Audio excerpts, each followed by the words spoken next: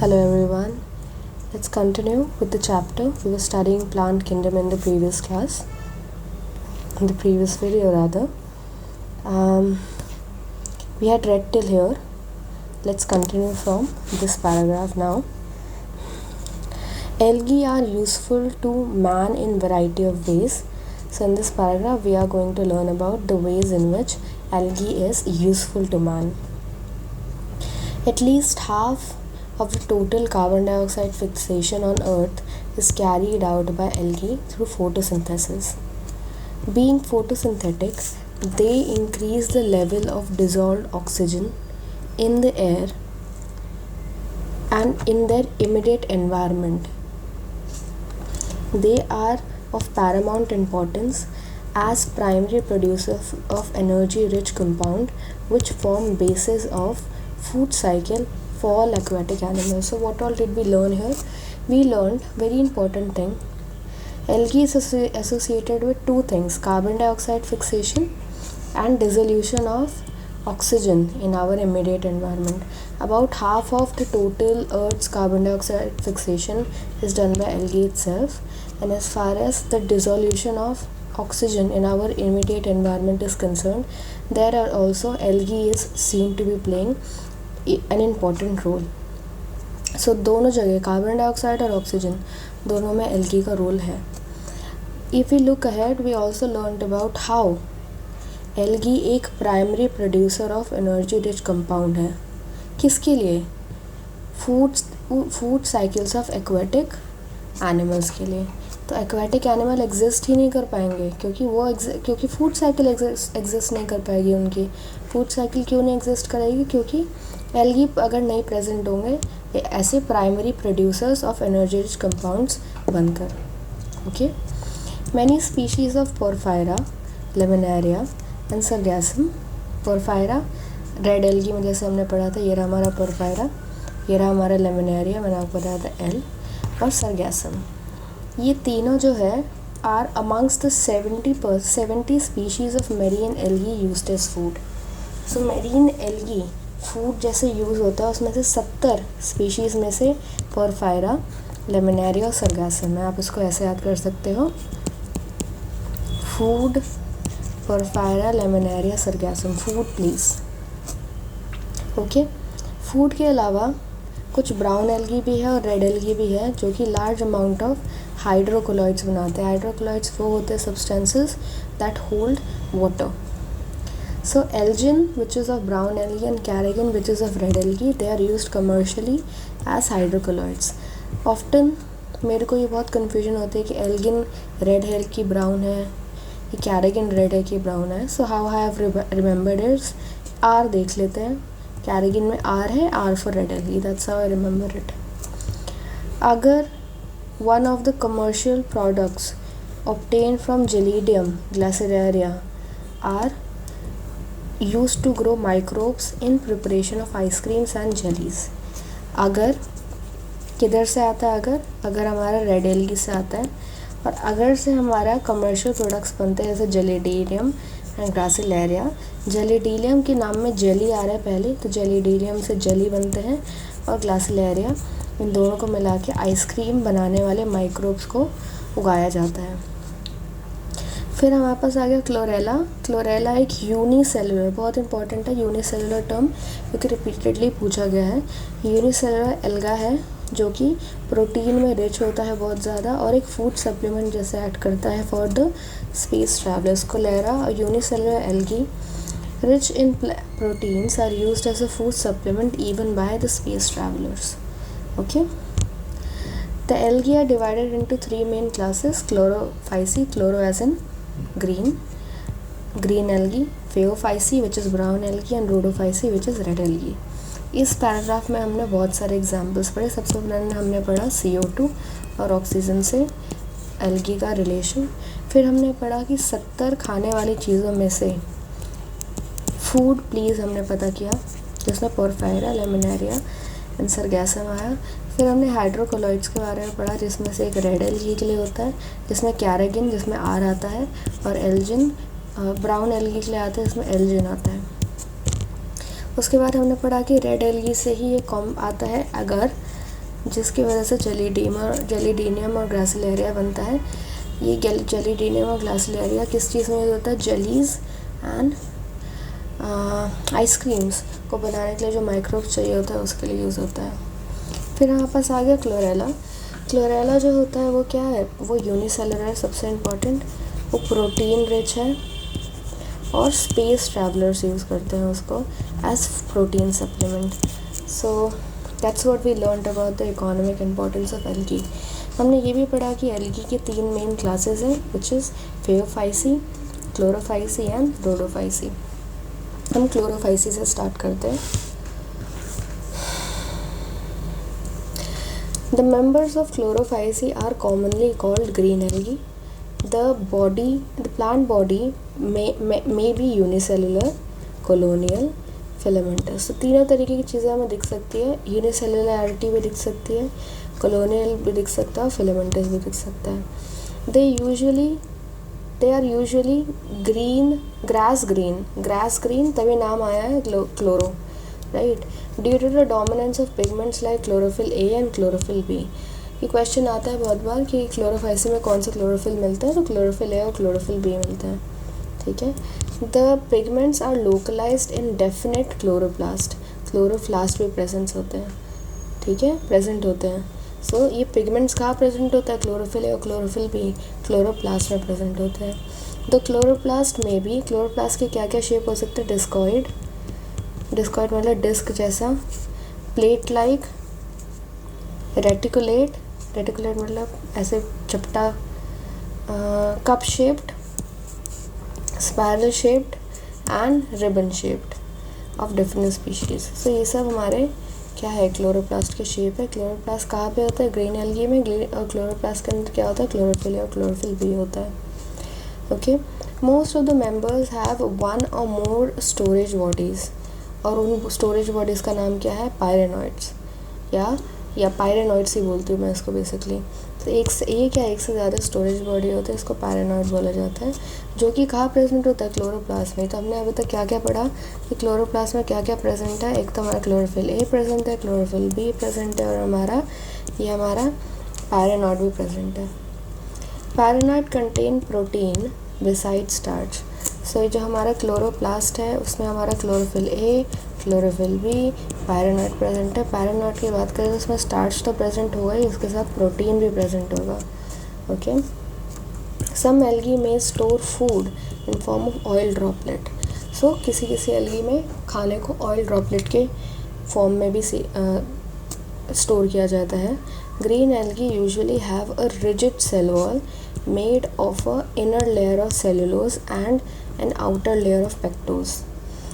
जो green algae है उसका जो सेल वॉल होता है वो सॉफ्ट नहीं होता है, वो बहुत ज़्यादा रिजिड होता है, और इस रिजिडिटी के बाद भी उसके अंदर एक अंदर की लेयर होती है जो कि सेलुलोज की बनी होती है, और जो बाहर की लेयर होती है वो पेक्टोज की बनी होती है। तो पेक्टोज एंड सेलुलर, पीसी से याद कर सकते हो, PC as in personal computer. बाहर वाला लेयर बनता है पेक्टोज से और अंदर वाला लेयर बनता है सेलुलोज से, और ये दोनों मिला के एक बहुत ज़्यादा रिजिड सेल वॉल बना देते हैं हमारे ग्रीन एल्गी की, ओके। सो इस पैराग्राफ में हमने क्या क्या पढ़ा? इस पैराग्राफ में हमने पढ़ा पिगमेंट्स क्या क्या पहले हमने पढ़ा क्लोरोप्लास्ट होता है, इसके अंदर अलग अलग शेप्स के क्लोरोप्लास्ट प्रेजेंट होते हैं। क्लोरोप्लास्ट में भी हमने पढ़ा क्लोरोफिल ए प्रेजेंट होता है, क्लोरोफिल बी प्रेजेंट होता है, पायरेनॉइड प्रेजेंट होता है। पायरेनॉइड के अंदर भी स्टार्च के अलावा प्रोटीन भी प्रेजेंट होता है। कोई जो ग्रीन एल्गी होते हैं ऑयल ड्रॉपलेट की फॉर्म में भी खाने को स्टोर करते हैं। फिर हमने पढ़ा सेल वॉल के बारे में। सेल वॉल में हमने पढ़ा पीसी, पेक्टोज एंड सेलुलोज, और ये सेल वॉल होती है वो ऐसी ही नहीं होती, सेल वॉल बहुत ज़्यादा रिजिड होती है। तो हमने पढ़ा ग्रीन एल्गी के बारे में, उसके स्ट्रक्चर के बारे में। Let's learn about reproduction now. The vegetative reproduction usually takes place in the place of fragmentation. So vegetative reproduction होता है fragmentation के जैसे, या फिर by formation of different types of spores। दोनों तरीके से हो सकता है, ठीक है। Asexual spores is produced by flagellated zoospores, इसके बारे में हम जस्ट पढ़ चुके हैं। अभी इससे पहले वाले पैराग्राफ में प्रोड्यूस्ड इन स्पोरेंजिया, स्पोरेंजिया मान सकते हैं, स्पोरेंजिया एक थैली जैसा होता है। I am just giving you an example, again I am not a biology teacher, but एक जगह जहाँ पर मैं ऐसे ही इसको इमेजिन करती हूँ कि एक बैग है जिसके अंदर जूस्पोर्स रखे जाते हैं, तो इस बैग को स्पोरेंजिया बोलते हैं, स्पोरेंजिया के अंदर जूस्पोर्स रखे जाते हैं। That's how I learn it. या सो असेक्सुअल स्पोर्स भी होते हैं जैसे जूस्पोर्स जो फ्लैजुलेटेड होते हैं और स्पोरेंजिया में होते हैं। सेक्सुअल रिप्रोडक्शन की बात करें तो the sexual reproduction shows considerable variation in the type of formation of sex cells and it may be isogamous, anisogamous और ओगैमस। ये हमने पढ़ा था। आइसोगैमस कौन से होते हैं, जिनके दोनों गैमेट्स सेम शेप के होते हैं। अनआइसोगैमस कौन से होते हैं, डिफरेंट शेप के होते हैं। और ओगैमस कौन से होते हैं कि जो फीमेल होती है वो बड़ी होती है और नॉन मोटाइल होती है, और मेल जो होते हैं वो मोटाइल होते हैं और छोटे होते हैं। ओके, कुछ एग्जाम्पल्स हैं, क्लैमाइडोमोनास, वोल्वॉक्स, इलोथेरिक्स, स्पायरोगैरा, कारा। ठीक है, वॉक्स तो हमारा कॉलोनियल देख लिया, इलोथेरिक्स भी देख लिया, फिर फिलामेंटस, और स्पायरोगैरा भी हमने देख लिया, फिलामेंटस। ओके, सो ये हमारा हो गया green algae. With this we are done with green algae. Let us move ahead and let's learn about Phaeophyceae. Phaeophyceae as in the brown algae. The members of Phaeophyceae or the brown algae are found primarily in marine habitat. Marine जगह ज़्यादा इनको देखा जाता है। They show great variation in size and form. They range from simple branched भी हो सकते हैं और filamentous form like Ectocarpus to profusely branched form represented by kelp. kelp हमने इससे पहले वाले पैराग्राफ में पढ़ रखा है, जो कि बहुत ज़्यादा बड़े होते हैं साइज़ में। तो या तो सिंपल ब्रांचिंग दिखती है हमें ब्राउन एल्गी में, या फिर वो फिलामेंटस ले जाते हैं। फिलामेंटस एग्जाम्पल एक्टोकार्पस, ठीक है। या फिर वो एकदम बहुत ज़्यादा प्रोफ्यूजली, मतलब बहुत ज़्यादा ब्रांच्ड होते हैं। एज एग्जाम्पल कैल्प्स की हाइट 100 मीटर्स तक पहुंच सकती है। They possess chlorophyll A and chlorophyll c, carotenoid and xanthophyll. Green algae में क्लोरोफिल ए और क्लोरोफिल बी था, ब्राउन एल्गी में क्लोरोफिल ए और क्लोरोफिल सी है। इसके साथ साथ इसमें कैरोटेनॉइड भी प्रेजेंट है और ज़ेंथोफिल भी प्रेजेंट है। Okay, they vary in colour from olive green to various shades of brown. Olive green एकदम ये वाला जो ग्रीन है, इसमें ब्राउन डाल दो या ब्लैक डाल दो, वैसा जैसे आर्मी ग्रीन से थोड़ा सा light, that's what olive green is to brown, depending upon the amount of xanthophyll pigment and fucoxanthin present in it. तो हमने बहुत सारे पिगमेंट्स देख लिए, कैरोटेनॉइड्स भी देख लिया, ज़ेंथोफिल तो ऑलरेडी यहाँ लिखा हुआ है, पर हमने फ्यूकोसेंथिन भी देख लिया। तो fucoxanthin is the one that is responsible for the brownness और द ग्रीननेस, और the colour of the Phaeophyceae. Food is stored in complex carbohydrate which may be in the form of laminarin or mannitol. बहुत बार confusion होती है, लेमिनारिन और mannitol क्या एक ही चीज़ है, different चीज़ें, पर ये एक ही चीज़ है। लेमिनारिन और मैनिटॉल ये कॉम्प्लेक्स कार्बोहाइड्रेट है। The vegetative cells have a cellulosic wall. जो वेजिटेटिव सेल्स होते हैं उनके पास एक सेल्यूलोज की वॉल होती है, usually covered on the outside by gelatinous coating called algin. Okay, algin की कोटिंग होती है वेजिटेटिव सेल्स के बाद। सेल्यूलोजिक वॉल होती है और सेल्यूलोजिक वॉल्स पे, जैसे सेल्यूलोजिक वॉल है, इस पर जेलेटिनियस कोटिंग होती है, और ये जेलेटिनियस कोटिंग होती है किसकी होती है, एल्जिन की होती है। ठीक है। The protoplast contain in addition to plastid a centrally located vacuole. Plastid as in chloroplast या ऐसे कुछ, मतलब प्लास्टिड और chloroplast, like plastid as in similar to chloroplast actually. So या एक वैक्यूल भी प्रेजेंट होता है जो कि सेंट्रली लोकेटेड वैक्यूल, और एक न्यूक्लियस भी प्रेजेंट होता है। The plant body is usually attached to the substratum by holdfast. It has a stalk, the stipe, the leaf-like photosynthetic organ called frond. So hold fast, stipe and frond. आप देख सकते हैं, ये रहा hold fast, ये रहा stipe और यह फ्रॉन्ड। फ्रॉन्ड हमारा लीफ लाइक स्ट्रक्चर है, फोटोसिंथेटिक है। होल्ड फास्ट नाम से ही पता चल रहा है, ये जिस भी चीज़ पे लगता है उस चीज़ को से अटैच हो जाता है, जैसे मैंने याद कर रखा है इसको। Stipe is more like a stem. दूसरा हम जो देखिए फ्यूकस में, ये रहा हमारा होल्ड फास्ट, ये हमारा फ्रॉन्ट जो कि लीफ लाइक स्ट्रक्चर है, इसमें आप एयर ब्लैडर्स भी देख सकते हैं, और ये हमारा मिडरिब है। ओके, उसके बाद ये रहा हमारा स्टाइप, इधर ये होल्ड फास्ट मान लो, ये होल्ड फास्ट है, ये हमारा फ्रॉन्ट है of dictyota sorry. Okay, vegetative reproduction takes place by fragmentation, same है उसी के जैसे ही है। असेक्सुअल रिप्रोडक्शन जब भी होता है ब्राउन एल्गी का तो बाय फ्लैजिलेटेड ज़ूस्पोर, ज़ूस्पोर यहाँ पे भी है, फ्लैजिलेटेड भी है, एक एक्स्ट्रा चीज़ दे रखी है बाय फ्लैजिलेटेड है। दे आर पेयर शेप्ड, तो ज़ूस्पोर्स का शेप क्या होता है, पेयर शेप्ड होता है, and have two unequal laterally attached flagella, तो पैर बना लेते हैं। ये रहा हमारा पैर, ऐसा नहीं बनेगा ना पैर, ऐसा, ये रहा हमारा पैर, इसमें फ्लैजिला है जिसमें एक फ्लैजिला बड़ा है और एक फ्लैजिला छोटा है, और ये लेटरली अटैच्ड है। Okay, so that's how zoospores are in brown algae. Sexual reproduction की बात करें तो आइज़ोगैमस, अनआइज़ोगैमस और oogamous में से कुछ भी हो सकता है। यूनियन ऑफ गैमीट्स में टेक प्लेस इन वाटर और with in the oogoneum in the oogamous species. So in water as well it can happen, and it can happen in oogonium as well.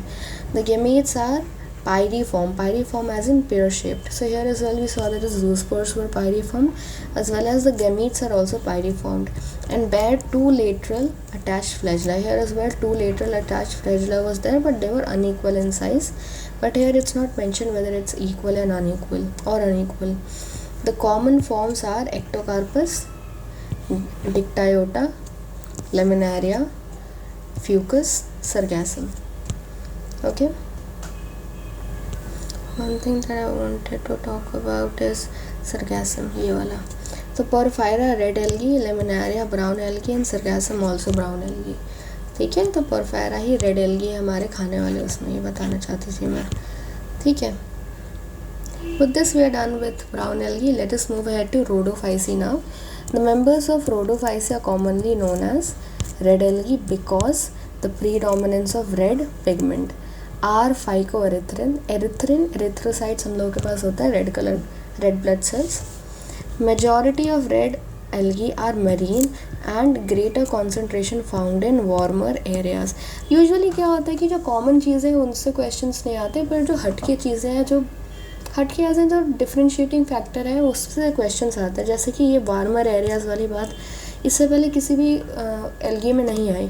So there are chances that questions based upon this could be asked, right. In a similar manner ये pigment है, सब में अलग अलग है, तो इसलिए इससे क्वेश्चन आएंगे, right. They occur in both well lighted regions close to the surface of water and also to the great depths of oceans where relatively less light penetrates. ठीक है, तो ये भी एक डिफ्रेंशिएटिंग फैक्टर है कि गर्म जगह भी मिलता है हमें, सरफेस ऑफ वाटर पे भी मिलता है हमें जहाँ पे लाइट बहुत ज़्यादा होती है. As well as we also find the red algae in great depths wherein the light isn't too much, it is relatively little, so there as well red algae is present. So this is a differentiating factor and questions are usually asked on differentiating factors. Okay, either it's asked upon differentiating factors or it is asked upon confusing things. For example, Elgin and Carrigan that I just talked about. Questions can be asked on either confusing parts or the differentiating factors.